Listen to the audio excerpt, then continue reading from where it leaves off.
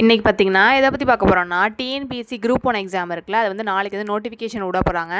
So அந்த notification விடுறதுக்கு முன்னாடி நம்ம வந்து அதோட பேட்டர்ன் என்ன, ப்ரிலிம்ஸ்னால் என்ன, மெயின்ஸ்னால் என்ன, இன்டர்வியூனால் என்ன, எப்படி மார்க்கு போடுறாங்க, ஸோ வந்து குரூப் 1க்கு வந்து யாரெல்லாம் எலிஜிபிலிட்டி, ஸோ அந்த மாதிரி விஷயங்கள் வந்து இதில் பார்த்துருவோம். ஓகே, ஃபஸ்ட்டு வந்து குரூப் 1 பொறுத்த வரைக்கும் என்னென்னா, இதுவும் கிட்டத்தட்ட குரூப் 4 குரூப் 2 அது மாதிரி தான். ஆனால் என்னென்னா எல்லாமே நம்ம கொஞ்சம் டீப்பாக படிக்கிற மாதிரி இருக்கும். இப்போ ஒரு டாபிக் இருக்குது அப்படின்னா அது வந்து குரூப் 4லனா நம்ம மேலோட்டமாக படிச்சிருப்போம், குரூப் 2னா கொஞ்சம் டீப்பாக படிச்சிருப்போம். ஆனால் குரூப் 1னா நம்ம ரொம்பவே டீப்பாக படிக்கிற மாதிரி இருக்கும். நல்லா அந்த அந்த விஷயத்தை பற்றி நம்ம நிறையா தெரிஞ்சுக்க வேண்டியது இருக்கும். அதே மாதிரி ஸ்கூல் புக்ஸ் மட்டுமே இதுக்கு வந்து போதாது. அது மட்டும் இல்லாமல் ஸ்கூல் புக்ஸ் மட்டும் போதாது. இப்போ வந்து ஒவ்வொரு சப்ஜெக்ட்டுக்கும் வந்து ஸ்டாண்டர்ட் புக்குன்னு சொல்லுவாங்க. இப்போ எக்ஸாம்பிளுக்கு பாலிட்டி அப்படின்னு எடுத்துக்கிட்டிங்கன்னு வச்சுக்கோங்களேன், லக்ஷ்மிகாந்த் அந்த மாதிரி புக்கு இருக்குல்ல, அந்த மாதிரி புக்கையும் நம்ம வந்து ரெஃபர் பண்ணுற மாதிரி இருக்கும், அதையும் படிக்கிற மாதிரி தான் இருக்கும். ஸோ அது வந்து குரூப் 1க்கு ஒரு விஷயம். அதே மாதிரி இல்லாமல் இப்போ வந்து எல்லாமே ஒரே மாதிரி ஆக்கிட்டாங்க. இன்னொன்று என்னென்னா, குரூப் 1 பொறுத்த வரைக்கும் கொஷின் பேப்பர் எப்படி இருக்குன்னு பார்த்தீங்கன்னா, நமக்கு வந்து டைம் வந்து கன்சியூம் பண்ணுற மாதிரி இருக்கும். இப்போ குரூப் 4 விட குரூப் 4 குரூப் 2 அதை விட இதில் வந்து நிறைய ஸ்டேட்மெண்ட் டைப், இந்த கூற்று காரணம் டைப்பான கொஷின் இருக்குல்ல, அது வந்து அதிகமாக இருக்கும். அப்படி அதிகமாக இருந்தால் நமக்கு என்ன ஆகும்னா டைம் கன்சியூம் ஆகும். நமக்கு வந்து அந்த டயத்துக்குள்ளே நம்ம வந்து அந்த 200 கொஷினும் முடிக்க முடியாத அளவுக்கு தான் இருக்கும். நம்ம வந்து ப்ராக்டிஸ் பண்ண தான் நம்ம வந்து குரூப் 1க்கு அப்படின்னு சொல்லிட்டு நம்ம தனியாக தயாராகுவோம். குரூப் 4 விட குரூப் 2 விட இது எப்படி இருக்கும் அப்படின்னா டைம் கன்சியூம் எடுத்துக்கும். நம்ம படித்த விஷயமாக தான் இருக்கும், ஆனால் வந்து நம்ம யோசிக்கிறதுக்கும் டைம் ஆகும், அதை வந்து நம்ம படித்து புரிஞ்சுக்கிறதுக்கும் டைம் ஆகும். ஸோ வந்து நிறைய நமக்கு கண்டினியூஸ் ப்ராக்டிஸ் இருந்தால் நம்ம வந்து கிராக் பண்ணிடலாம் குரூப் 1 பொறுத்த வரைக்கும். ஸோ வந்து ப்ரிலிம்ஸ் ஃபஸ்ட்டு நம்ம படிக்கணும். ப்ரிலிம்ஸ் எப்படி இருக்குன்னு பார்த்தீங்கன்னா அப்ஜெக்டிவ் டைப் தான். நம்ம வந்து அந்த ஓஎம்ஆர் ஷீட்டில் ஷேட் பண்ணுவோம்ல, அந்த மாதிரி விஷயம் தான் வந்து ப்ரிலிம்ஸை பொறுத்த வரைக்கும். இதுதான் வந்து எலிஜிபிலிட்டி. நீங்கள் வந்து ப்ரிலிம்ஸ் பாஸ் பண்ணால் தான் நெக்ஸ்ட்டு மெயின்ஸ் போக முடியும். இதுதான் உங்களுக்கு வந்து எலிஜிபிலிட்டி. ஆனால் வந்து மெயின்ஸில் வந்து நீங்கள் ப்ரிலிம்ஸில் எடுத்த மார்க்கை வந்து எடுத்துக்க மாட்டாங்க. அது ஒரு விஷயம் இருக்குது. நீங்கள் ப்ரிலிம்ஸில் எடுத்த மார்க்கை வந்து மெயின்ஸில் எடுத்துக்க மாட்டாங்க. மெயின்ஸோட மார்க்கையும் இன்டர்வியூட மார்க்கையும் தான் வந்து மெயின் மார்க்காக எடுத்துப்பாங்க. ப்ரிலிம்ஸில் உள்ள மார்க்கை வந்து எடுத்துக்க மாட்டாங்க. அது ஒரு விஷயம் இருக்குது. இதில் வந்து எவ்வளோ கொஷின் கேட்குறாங்க பார்ப்போம். ஃபஸ்ட்டு வந்து ப்ரிலிம்ஸில் டோட்டல் கொஷின் எவ்வளோன்னு பார்த்தீங்கன்னா 200 கொஷின் கேட்குறாங்கப்பா. 200 கொஷினில் 300 மார்க்ஸ். ஓகேவா? 200 கொஷினு அது 300 மார்க்கு. எப்படின்னா ஒவ்வொரு கொஷினும் 1.5 மார்க்கு, 1.5 மார்க்கு.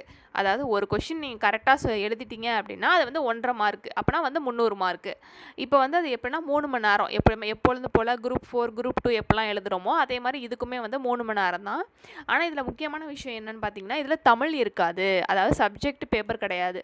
தமிழ், இங்கிலீஷு அந்த மாதிரி சப்ஜெக்ட் கிடையாது. ஒன்லி ஜிஎஸ் அப்புறம் மேக்ஸ் இருக்கும். ஜிஎஸ் வந்து 175 கொஷின். அதை கீழே காமிக்கிறேன். இங்கே பாருங்கள், இதில் வந்து ஜென்ரல் ஸ்டடீஸை பொறுத்த வரைக்கும் டிகிரி ஸ்டாண்டர்டில் இருக்கும். ஓகேவா? டிகிரி ஸ்டாண்டர்டில் இருக்கும். அதே மாதிரி 175 கொஷின்ஸ் இருக்கும். ஓகேவா? நம்ம வந்து அதில் எவ்வளோ பார்த்துருப்போன்னா ஒரு 100 கொஷின் வந்து தமிழ் இருக்கும். குரூப் 4 குரூப் 2லலாம் 100 கொஷின் தமிழ் இருக்கும், 75 கொஷின் வந்து ஜிஎஸ்சில் இருக்கும், 25 மேக்ஸில் இருக்குமா. ஆனால் குரூப் 1 பொறுத்த வரைக்கும் உங்களுக்கு எப்படி இருக்கும், டிகிரி ஸ்டாண்டர்டில் இருக்கும். 175 கொஷின்ஸ் வந்து ஜிஎஸ்சில் மட்டுமே இருக்கும். அதே மாதிரி மேக்ஸ்னால் வந்து ஆப்டிடியூட் அப்புறம் மென்டல் எபிலிட்டி டெஸ்ட்டு ரெண்டுமே வந்து எஸ்எஸ்எல்சி ஸ்டாண்டர்ட் அப்படின்னு சொல்கிறாங்க. 10th ஸ்டாண்டர்ட் தான் சொல்கிறாங்க. ஆனால் வந்து கொஷின்ஸ் எல்லாமே வந்து டிகிரி ஸ்டாண்டர்டில் தான் மேக்ஸிமம் கேட்பாங்க. அது பார்த்திங்கன்னா உங்களுக்கு வந்து 25 கொஷின்ஸ் கேட்குறாங்க. ஓகேவா? இது மேக்ஸை பொறுத்த வரைக்கும் உங்கள் குரூப் 4 குரூப் 2 எல்லாத்துலேயுமே வந்து 25 கொஷின்ஸ் தான். அது வந்து ஒரே இது தான். ஆனால் வந்து ஜிஎஸ் மட்டும் என்ன 175 கொஷின் கேட்குறாங்க. ஸோ ஜிஎஸ் மட்டும் நம்ம நல்ல ஸ்டாண்டர்டாக நல்லா தெளிவாக படிச்சுக்கிற மாதிரி இருக்கும் குரூப் 1 பொறுத்த வரைக்கும். இதில் உங்களுக்கு சப்ஜெக்ட் பேப்பர் கிடையாதுல்ல, தமிழ் இங்கிலீஷ் கிடையாதுல்ல, அப்போ வந்து ஜென்ரல் ஸ்டடீஸில் நிறைய கான்சன்ட்ரேஷன் பண்ணி படிக்கணும். அதே மாதிரி நெகட்டிவ் மார்க்கிங் அப்படின்னு கிடையாது. இப்போ நீங்கள் தப்பாக எழுதிட்டீங்க அப்படின்னா அதுக்கு வந்து நெகட்டிவ் மார்க்கிங் அப்போல்லாம் கிடையாது. இப்போ பேங்க்கு அப்புறமாட்டி எஸ்எஸ்சி அந்த மாதிரி எக்ஸாம்ஸ்லாம் பார்த்தீங்கன்னா உங்களுக்கு நெகட்டிவ் மார்க்கிங் இருக்கும். ஆனால் இதில் நெகட்டிவ் மார்க்கிங்லாம் கிடையாது. ஸோ வந்து நீங்கள் எல்லாமே வந்து ஆன்சர் பண்ணலாம். நெக்ஸ்ட்டு பார்த்தீங்கன்னா மெயின்ஸ் நீங்கள் எப்படி இருக்குன்னு பார்த்தீங்கன்னா எழுதுகிற மாதிரி இருக்கும். ஓகேவா? நீங்கள் வந்து காலேஜிலலாம் எழுதியிருப்பீங்களா, செமஸ்டர் எக்ஸாம்லாம் எழுதியிருப்பீங்களா, அந்த மாதிரி எழுதுகிற டைப்பில் டிஸ்கிரிப்டிவ் டைப்பில் தான் இருக்கும். ஓஎம்ஆர் ஷேடிங் இருக்காது. அது ஒரு விஷயம் இருக்குது. டோட்டல் மார்க்ஸ்னு பார்த்தீங்கன்னா 750 மார்க்குக்கு இருக்கும். ஓகேவா? 750 மார்க்கு முன்னே ஷாக் ஆகிடக்கூடாது. அது வந்து அவங்க பிரித்து தான் வைப்பாங்க. ஓகேவா? மொத்தமாக உங்களுக்கு 3 பேப்பர் இருக்குது. பார்த்தீங்களா? இங்கே பேப்பர் 1, பேப்பர் 2, பேப்பர் 3 அப்படின்னு சொல்லிட்டு 3 பேப்பர் இருக்குது. ஒவ்வொரு பேப்பருக்கும் உங்களுக்கு 3 ஹார்ஸ் வந்து டைம் கொடுக்குறாங்க. ஒவ்வொரு பேப்பருக்கு என்ன 3 ஹார்ஸ் வந்து உங்களுக்கு டைமும் இருக்குது. ஸோ அதனால் பிரச்சனை கிடையாது. ஆனால் என்னென்னா இப்போ பேப்பர் 1 பொறுத்த வரைக்கும் என்ன இருக்குன்னு பாருங்கள், ஜென்ரல் ஸ்டடீஸ் அப்படின்னு சொல்லி கொடுத்துட்டாங்களா. அதில் என்னென்ன இருக்குன்னா ஹிஸ்ட்ரி இருக்குல்ல, ஹிஸ்ட்ரி அண்ட் இந்தியன் கல்ச்சர் இருக்குது. அதே மாதிரி சோஷியல் இஷ்யூஸு, அப்புறம் ஆப்டிடியூடு இருக்குதுல்ல. ஓகேவா, பேப்பர் 1 பொறுத்த வரைக்கும். நெக்ஸ்ட்டு பேப்பர் 2 பொறுத்த வரைக்கும் என்ன இருக்குன்னா இந்தியன் பாலிட்டி இருக்குது. ஓகேவா, பாலிட்டி வந்து பெரிய வெயிட்டேஜ் இந்த எல்லா எக்ஸாம்ஸ்லேயும். அதே மாதிரி role impact of science and technology பற்றின கொஷின்ஸுமே இதில் இருக்கும். அப்புறம் தமிழ் சொசைட்டி அண்டு கல்ச்சர், ஓகேவா, அது பற்றின விஷயங்களும் இதில் இருக்கும். நெக்ஸ்ட்டு பார்த்திங்கன்னா பேப்பர் 3ல் பார்த்தீங்கன்னா ஜாகிரஃபி ஆஃப் இந்தியா அதை பற்றினது, அப்புறம் என்விரான்மெண்ட், பயோடைவர்சிட்டி, அப்புறம் டிசாஸ்டர் மேனேஜ்மெண்ட், இதை பற்றின ஒரு விஷயங்கள்லாம் பேப்பர் 3ல் இருக்கும் உங்களுக்கு. ஸோ இந்த ஒவ்வொரு பேப்பருமே நீங்கள் வந்து 3 ஹார்ஸில் முடிக்கிற மாதிரி இருக்கும். மொத்தமாக 750 மார்க்ஸுக்கு. ஓகேவா, மெயின்ஸு இந்த மார்க் தான் வந்து உங்களுக்கு ரொம்பவே மெயினான மார்க்கு. ப்ரிலிம்ஸில் உள்ள மார்க்கை வந்து மெயின்ஸில் எடுத்துக்க மாட்டாங்க. மெயின்ஸில் நீங்கள் எவ்வளோ எடுக்கிறீங்களோ அதை வச்சு தான் உங்களுக்கு ஜாபே. ஓகேவா, ஜாபை பொறுத்த வரைக்கும் நீங்கள் ப்ரிலிம்ஸ் வந்து கணக்கில் எடுக்க மாட்டாங்க. மெயின்ஸ் அப்புறம் இன்டர்வியூ இதில் ரொம்ப முக்கியமான பங்கு வகிக்குது. இன்னொன்று என்னென்னு பார்த்தீங்கன்னா இதில் வந்து தமிழ் லாங்குவேஜ்னு ஒன்று வைப்பாங்க. அது எப்படி இருக்கும்னா குவாலிஃபிகேஷன் தான். நீங்கள் இப்போ அதில் வந்து நீங்கள் ஒரு 40 கொஷின் போடுறீங்க அப்படின்னா 40 கொஷின் போட்டிங்கன்னா போதும். நீங்கள் வந்து 100க்கு 100 எடுக்கணும் அப்படிங்கிற அந்த கம்பல்சரிலாம் கிடையாது. ஆனால் என்ன ஆகிருக்கணும், பாஸ் ஆகியிருக்கணும். Must pass compulsory. ஓகேவா, கம்பல்சரி ஃபார் எலிஜிபிலிட்டி. உங்களுக்கு வந்து தமிழ் தெரியுதா அப்போ டெஸ்ட் பண்ணுறாங்க. ஏன்னா வேறு மாநிலத்துலேருந்து வந்து எழுதி அவங்க பாஸ் பண்ணக்கூடாதுல்ல. நம்ம மாநிலத்தில் உள்ளவங்களுக்கு வேலைவாய்ப்பு கொடுக்கணும்னா அந்த மாதிரி அதுக்காக இந்த இனிஷியேட்டிவ். அதனால் ஒரு எலிஜிபிலிட்டிக்காக தான் தமிழ் பேப்பரே ஒழிய இது வந்து உங்களுக்கு மார்க் பேசிஸ் கிடையாது. நீங்கள் இதில் பாஸ் பண்ணால் போதும் அப்படிங்கிற மாதிரி தான். நெக்ஸ்ட்டு இன்டர்வியூ வைப்பாங்க. இன்டர்வியூ தான் நீங்கள் நிறைய ஐஏஎஸ் இன்டர்வியூ, அப்புறம் குரூப் 1 இன்டர்வியூ யூடியூப்பில் போட்டிங்கனால நிறைய பேர் வந்து இன்டர்வியூ கொடுத்துருப்பாங்க. அதெல்லாம் பார்த்தீங்கனாலே உங்களுக்கு ஒரு மோட்டிவேஷனாக இருக்கும். ஸோ இன்டர்வியூவும் ரொம்ப பெரிய பங்கு வகிக்குது இந்த குரூப் 1 பொறுத்த வரைக்கும். மொத்தமாக உங்களுக்கு வந்து 100 மார்க்ஸ் இதுப்பா. இந்த இன்டர்வியூ பொறுத்த வரைக்கும் உங்களுக்கு 100 மார்க்ஸு. அந்த 100 மார்க்ஸு ப்ளஸ் இந்த 750. ஓகேவா, 750 வந்து மெயின்ஸில் எடுத்த மார்க்கு.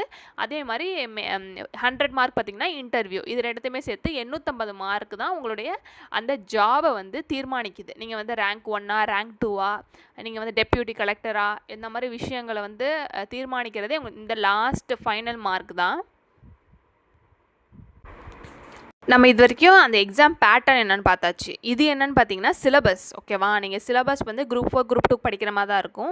ஆனால் குரூப் 4க்கு வந்து இந்த ஃபஸ்ட்டு பாயிண்டில் சயின்டிஃபிக் நாலேஜ் அந்த மாதிரி விஷயங்கள்லாம் குரூப் 4ல் இருக்காது. குரூப் 2ல் இருக்கும், ஆனால் இதில் இருக்கும் அதே மாதிரி. ஓகேவா, கொஞ்சம் எக்ஸ்ட்ரா பாயிண்ட்ஸ்லாம் இதில் இருக்கும். ஸோ மற்றபடி பார்த்திங்கன்னா எல்லாமே குரூப் 4ல் உள்ள மாதிரி தான் இருக்கும். நீங்கள் வந்து குரூப் 4 குரூப் 2 ப்ரிப்பேர் பண்ணுற மாதிரி தான் இருக்கும். ஆனால் என்னென்னா இதில் வந்து கொஞ்சம் நிறைய படிக்கிற மாதிரி இருக்கும். நீங்கள் வந்து ப்ரிலிம்ஸ் பாஸ் பண்ணாலும் நீங்கள் வந்து மெயின்ஸ்னு எழுதுனீங்கன்னா உங்களுக்கு எஸ்ஏ ரைட்டிங் நல்லா தெரியணும். ஓகேவா, நீங்கள் நிறையா எழுதணும், நிறையா வந்து எழுதி ப்ராக்டிஸ் பண்ணணும்.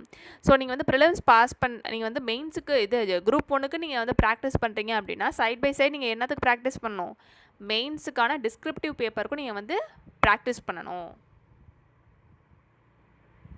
கரண்ட் ஈவெண்ட்ஸில் பாருங்கள். கரண்ட் ஈவெண்ட்னா ஹிஸ்ட்ரி இருக்குது, பாலிட்டி, ஜியாகிரஃபி, எக்கனாமிக்ஸு, அப்புறம் சயின்ஸு, அதே மாதிரி ஆர்ட், சயின்ஸ், லிட்ரேச்சர், ஃபிலாசபி இந்த மாதிரி டாபிக்ஸுமே இருக்குது.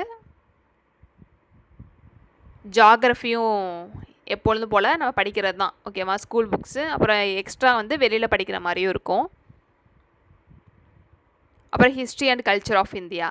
இதில் வந்து இண்டஸ் வேலி சிவிலைசேஷன்லாம் இருக்குது பாருங்கள். எல்லாமே நம்ம வந்து படிக்கிறது தான்.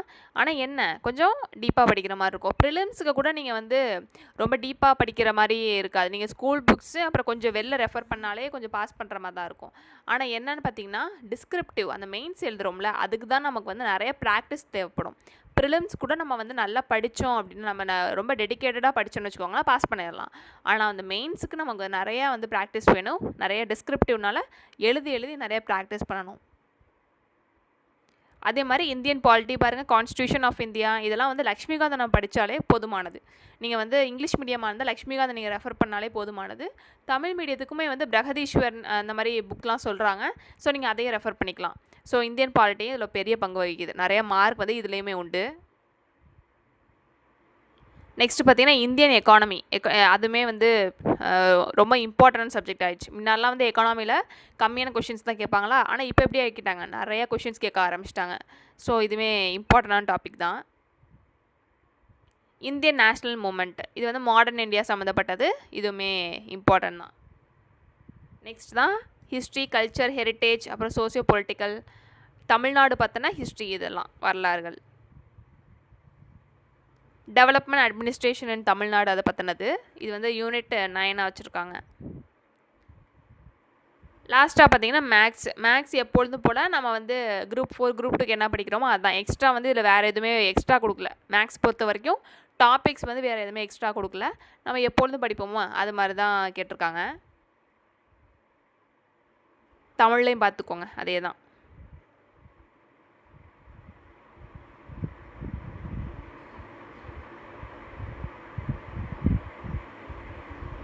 அதான் குரூப் 1 வந்து நீங்கள் வந்து குரூப் 1ன்ட்டு நீங்கள் வந்து முடிவு பண்ணிட்டீங்க அப்படின்னா, நீங்கள் ஃபஸ்ட்டு ப்ரிலிம்ஸ் வந்து பாஸ் பண்ணிட்டீங்க அப்படின்னாலே உங்களுக்கு ஒரு கான்ஃபிடென்ட் வந்துடும். கான்ஃபிடென்ட் வந்துருச்சுன்னு வச்சுக்கோங்களேன், அடுத்த நீங்கள் வந்து டிஸ்கிரிப்டிவ் பேப்பர் எழுதுறதுக்கான அந்த ப்ராக்டிஸ்க்கு நீங்கள் போயிடலாம். ஸோ அதனால் நல்லா ப்ரிப்பேர் பண்ணுங்கள். இது வந்து மெயின்ஸ் எக்ஸாம் பற்றினது. ப்ரிலிம்ஸ் பார்த்துட்டு இருந்தோமா, இது வந்து மெயின்ஸுக்கான சிலபஸ் கொடுத்துருக்காங்க. பேப்பர் 1 பொறுத்த வரைக்கும் கட்டாய தமிழ் மொழி தகுதி தேர்வு இருக்குது. நான் சொன்னேன்னா எலிஜிபிலிட்டி எக்ஸாம் மாதிரின்ட்டு, இதெல்லாம் உங்களுக்கு மார்க் தேவையில்ல, ஒன்லி உங்களோட எலிஜிபிலிட்டி. நீங்கள் வந்து தமிழ் நல்லா உங்களுக்கு தெரியுதா அப்படின்னு சொல்லிட்டு டெஸ்ட்டு மட்டும் தான் பண்ணுவாங்க. ஸோ அதுக்கு வந்து மார்க் அவ்வளோ தேவையில்ல, நீங்கள் பாஸ் ஆனால் போதும். அதான் பேப்பர் 1. பேப்பர் 2 வந்து டிகிரி ஸ்டாண்டர்ட் சொல்லி கொடுத்துருக்காங்களா, இதில் என்ன கொடுத்துருக்காங்க, மாடர்ன் ஹிஸ்ட்ரி, அப்புறம் சோஷியல் இஷ்யூஸ், அப்புறம் மேக்ஸ். லாஸ்ட்டாக யூனிட் 3ல் மேக்ஸ் இருக்குது. அது எஸ்எஸ்எல்சி ஸ்டாண்டர்ட் கொடுக்குறாங்க. ஆனால் முக்கால்வாசி குரூப் 1 பொறுத்த வரைக்கும் நான் நிறைய பேர் சொல்லி கேள்விப்பட்டிருக்கேன், நானும் பார்த்துருக்கேன். ஆர்எஸ் அகர்வால் அப்படிங்கிற புக்கு இருக்கு இல்லையா, அதுலேருந்து நிறையா கொஷின்ஸ் கேட்குறாங்க குரூப் 1 பொறுத்த வரைக்கும் அப்படிங்கிறாங்க. ஸோ அதை நீங்கள் ரெஃபர் பண்ணிக்கலாம். அதே மாதிரி பேப்பர் 3 பாருங்கள், டிகிரி ஸ்டாண்டர்டா, இதில் வந்து இந்தியன் பாலிட்டி கேட்குறாங்க, science and technology, Tamil society. ஓகேவா, தமிழ் சொசைட்டி இதில் இருக்குது. குரூப் இது பேப்பர் 4 பொறுத்த வரைக்கும் ஜியாகிரஃபி, என்விரான்மெண்ட், அப்புறம் இந்தியன் எக்கானமி இதில் இருக்குது. இது தமிழில் கொடுத்துருக்காங்க.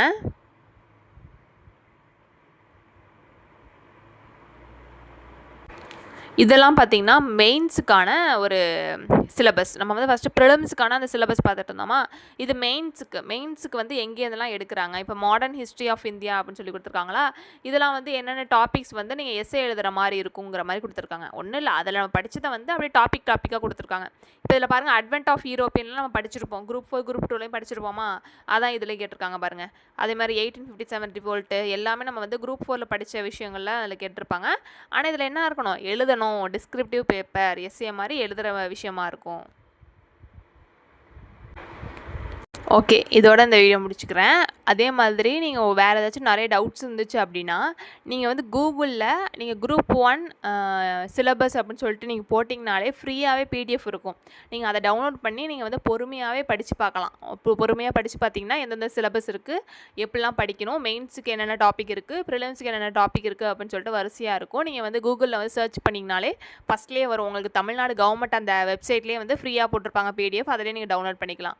ஸோ அது பிரச்சனை கிடையாது, நீங்கள் அதை ரெஃபர் பண்ணி பாருங்கள். ஸோ இந்த வீடியோ உங்களுக்கு யூஸ்ஃபுல்லாக இருக்கும்னு நான் நினைக்கிறேன். தேங்க்யூ ஃபார் வாட்சிங்.